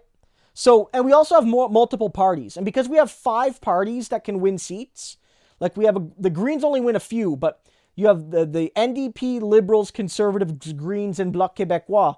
That means that there's fewer ridings that only one party can be successful in. So it's not like there are ridings that are super like urban, where in the United States they'd just be an absolute Democratic Party lock. But here in Canada, there's the Liberal Party, which is like the corporate Democrats. They compete with the NDP, which is like the Bernie wing, for those seats. So there's more competitive races, because it's like if in the red states they had a party they had the Republican Party, but then a more conservative party, or maybe a more moderate party that would compete. And in the blue states, they would have the Green Party would be able to win seats in places like New York, San Francisco, Seattle, etc. We don't consider them a national party, Dan, in the sense that they run everywhere. They only contest seats in Quebec. But because they have seats in Parliament, and they have a significant amount of seats, they are one of the 5 national parties, I would say. I would say Canada has more than 5 parties nationally. We have dozens and dozens of parties, like the US. But there's only 5 parties that have seats right now, and that can reasonably expected to win seats in the next election. And those are the 5. Like, you got the center-right Liberals, the center-right to right-wing Conservatives, the centrist Greens, the center-left to left NDP, and the Bloc, which is on some issues center-left, and on some issues very xenophobic. So they kind of range everywhere from center-left to right-wing, depending on the issue. And those are the 5 main parties in Canada. So that's the argument. So I would say that that's the bigger issue in the U.S. And and you could see it in Canada.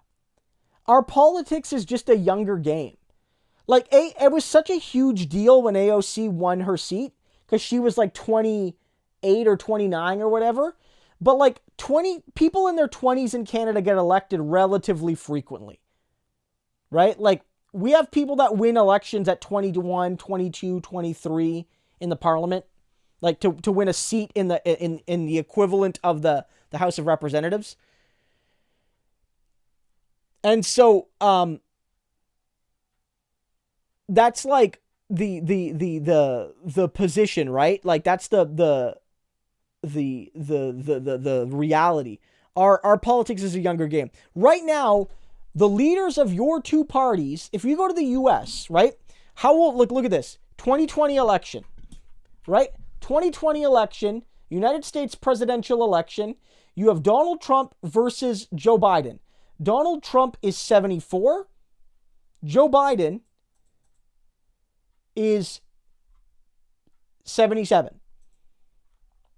And then if you look at the House election and the Senate elections, Nancy Pelosi is the leader of the Democrats in the Senate. She is 80. And Kevin McCarthy is the leader of the Republicans. He's the equivalent. He is 55. That's relatively young. Then if you go to the Senate, the leader for the Republicans is Mitch McConnell. Mitch McConnell is 78. And Chuck Schumer is 69. So basically, nearly 5 out of the 6 leaders are 70 or are between 69 and 80. 69 and 80. It's crazy. It's crazy. I'm not saying old people can't be involved in politics. I'm a Bernie supporter. He's older than everyone on that list except for Pelosi. He's older than Biden. Doesn't look it, doesn't sound it, but he is. He's older than Biden by like a year. Right? But like, clearly this is not representative of the population. If you go to Canada, though, the Canadian Party leaders, if you go to the Canadian, in the last the next Canadian election, we don't know when it's going to be because we're in a minority parliament, but it will be no later than 2023. The 5 main party leaders are Trudeau, O'Toole, Blanchette, Singh, and Paul. Trudeau is 48, and he's been prime minister since 2015. So he's still in his 40s. Aaron O'Toole, he doesn't look at guys. He's 1 year younger than Trudeau. He's 47. François Blanchet, the oldest leader of a major party in Canada, the oldest, is 55. The oldest. Jagmeet Singh is 41. He's the youngest. And Annamie Paul, the new leader of the Green Party, is 48. So, we have one leader above 40 of our 5 parties. Much more representative of the population. At least they're closer to the average. The leaders range between 41 and 55 in Canada, not 55 and 80 in the US. And it really does, like, it's like, and I think one of the reasons is, like, the US gerrymander system. Like, it just locks people in for so long. And I think it's just a political culture thing, too. Canadian politics, it's like, people tend to get in and out a little bit quicker.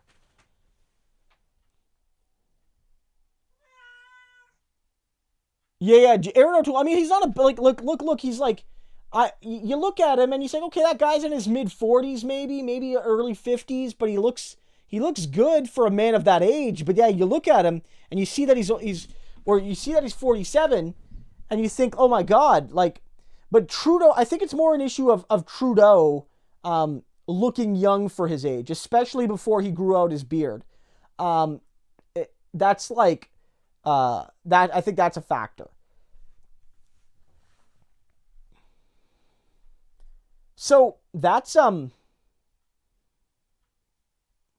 that's the thing. Sinistoria is saying that, like, we have Canadian leaders who have long retired, but that could still be involved in the U.S. Jean Chrétien, who was Canadian Prime Minister from the early 90s to the early 2000s, right? But had been involved in politics since the 1960s, and was actually a cabinet minister under Pierre Trudeau's father's government, or Justin Trudeau's father, which is Pierre Trudeau.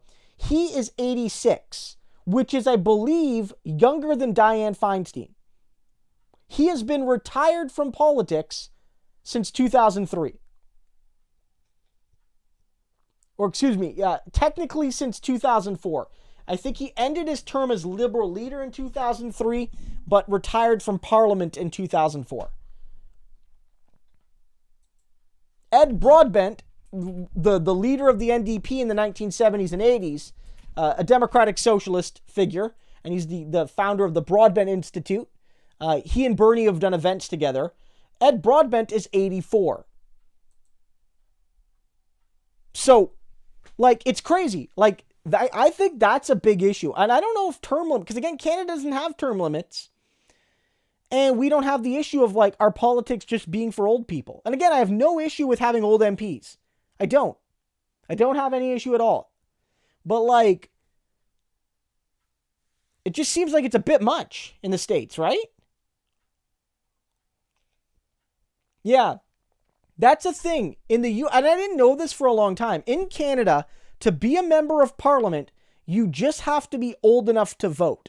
So basically, like in the US, you get the right to vote at 18. So you can vote at 18. In the United States, you can't be a member of the House, I think, until you're I think you're 25. Is it 25, guys?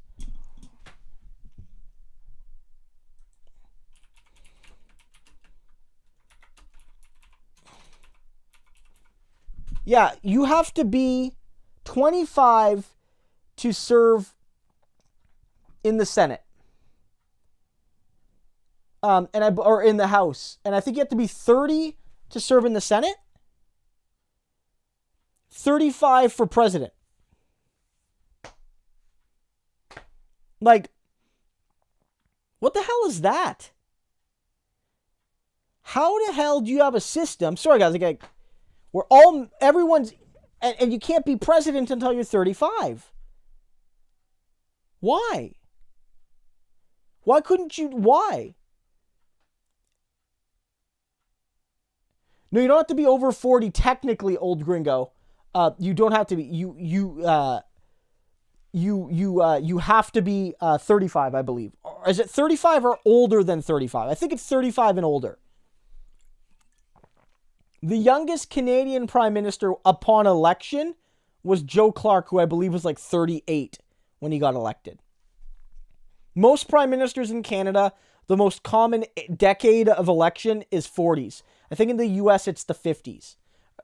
Lately it's been trending older, but it used to be like in your 50s you were the most common decade.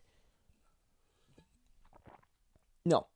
So, and another thing is like this citizenship requirement to be in the House. Apparently, you have to be a citizen for at least 7 years. What the hell is that? Why? Why? As soon as you become a citizen, you should be able to run for any office in the land. In Canada, we can do that. As long as you can vote, you can run for any office. Also in Canada, our prime minister does not have to be born in Canada. They can be born anywhere. We've had many prime ministers that were immigrants. Our first prime minister was an immigrant. Yeah. It's ridiculous. Sorry, like I don't want to. I don't want to just bash America hour, but like my goodness, a country where all men are created equal and immigrants can't be president. What the fuck is that? But the thing, throwing back the apple, like the people get to decide if you're old enough. The people get to decide, right? Like, if the people don't want a 23-year-old member of Congress or a 23-year-old senator or a 23-year-old president, then they won't vote for them. You know? And I mean, I actually support lowering the voting age to 16, personally. But beyond that, like, if you're 18 and you want to run for president, run for president.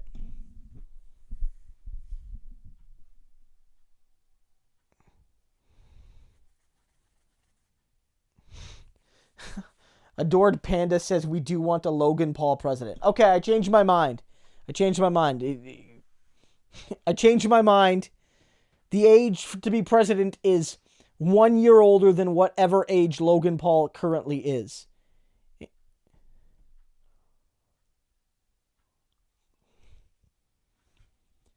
Look, our system sucks too, right? Like, I'll be honest, we suck too. We have first past the post like you guys do, so we get a lot of bullshit here. Like, in the last election, Justin Trudeau got 2% less votes than the Conservatives, but got like 20 more seats than the Conservatives. Basically, Trudeau won the election with only like a third of the vote. You know, we have problems too. In our system, we have a multi-party system, but you can win absolute power in our system, aka meaning that one party has over half of the legislature or the parliament. So you have 100 seats. One party wins 51 seats on its own, but they don't need 51% of the vote to get that. In fact, they can often do it with less than 40. So there have been instances where parties get 35, 36, 37% of the vote and get all the power for 4 or 5 years. Because they win the entirety of the legislative body. Right? And we have strategic voting BS here too. We have a multi-party system.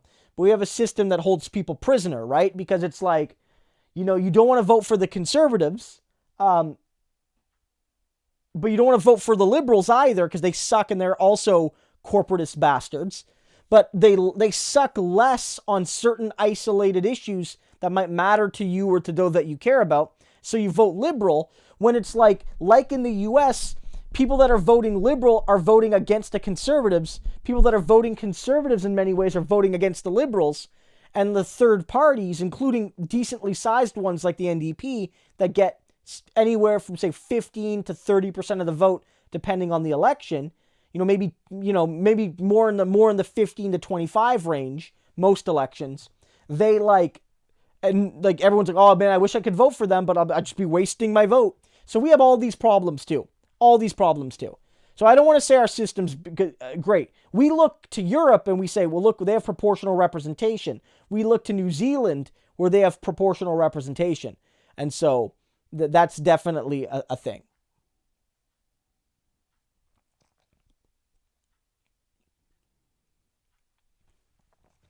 Part of the problem with the US is that, at least with president, it's a very different system than what we have. Like in Canada, we don't elect a prime minister directly. Our prime minister is actually sort of more equivalent to like a Nancy Pelosi, because the prime minister almost always is a member of the House of Commons, which is the equivalent of the House of Representatives. They do not sit in a separate body, and the cabinet is chosen from people usually from their own party, also within the House of Commons. And so the prime minister technically is elected only by the people of the district they run in. And they get to serve as prime minister because they run the biggest party or the biggest coalition that can be built within that particular parliament. Right? And so when you vote, we have 338 mini elections in the same way that the House is 435 mini elections. But the prime minister is chosen from the highest ranking person from the biggest group in that election. And so we don't have a model where there's one vote for prime minister and you have to kind of choose who you're going to vote there. So we don't have that choice. I think that makes it difficult for the Greens because for president, at least, there's only one office. Whereas I think that in Canada, we have more parties because it trickles down to the idea that you actually elect 338 people. And so, you know, there are certain places at least where you don't have to be strategic, quote unquote.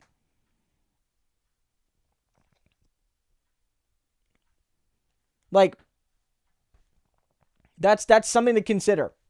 That's why I think like the Green Party in the US needs to look at winning a seat in Congress before they really want to contest the presidency.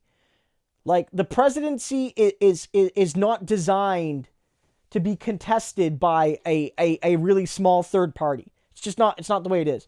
They'd be much more successful finding deep blue districts where people can be convinced that it isn't a strategic need to defeat the Republican and run there. And basically, if you want to start a third party, you almost have to do what the Democrats, what AOC and Ilhan Omar and Rashida Tlaib and Cori Bush and Jamal Bowman did, which was, like, you know, run for primaries in deep blue districts, win those primaries, and then just take over the district. But you would have to do that, but find a district where the Democrats it's deep blue, and you run as a Green Party candidate, and you try to win that election over the Democrat. That's the only way. Like, that's the only way. We've talked about this on the stream before, but like for those that want a third party needs a beachhead.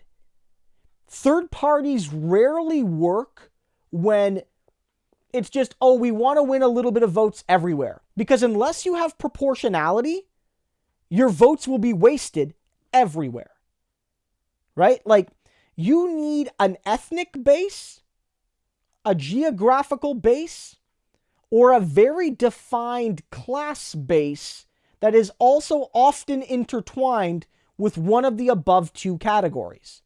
What I mean by that is, a third party in the States could work, but it would need to be able to concentrate its support in one or two small areas of the country to actually win some representation. So, for instance, a party aimed entirely at Hispanic voters could maybe succeed at winning seats if it found the districts of the country where Hispanics formed a majority, or at least a strong plurality of the people in the district, and got them to vote for it. That's why we have parties like the Bloc Québécois, which are parties that basically cater to French-speaking people in Quebec in particular. They don't run seats everywhere. They only need to win enough people in particular ridings.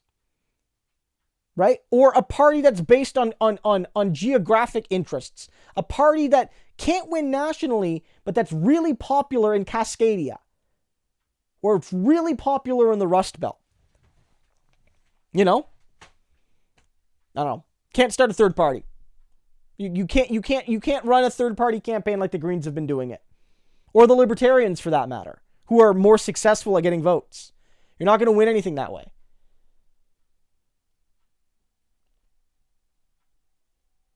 You know?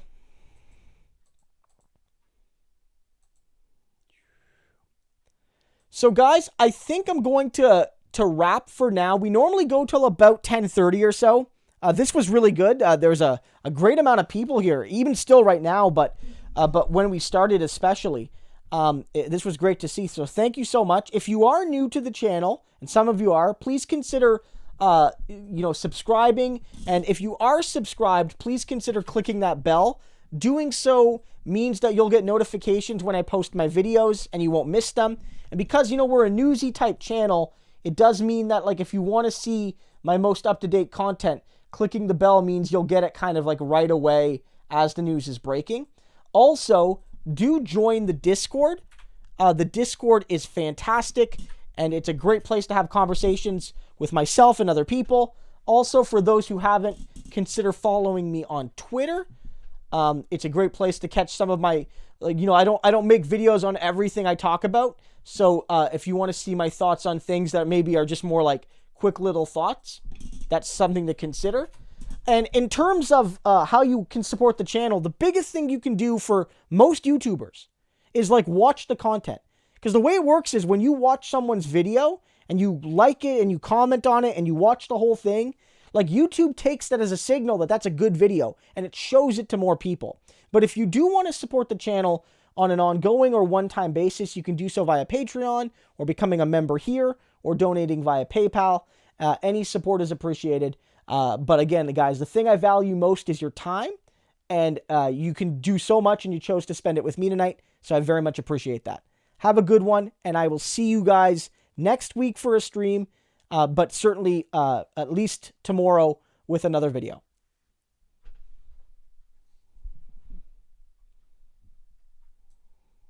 Thanks, guys.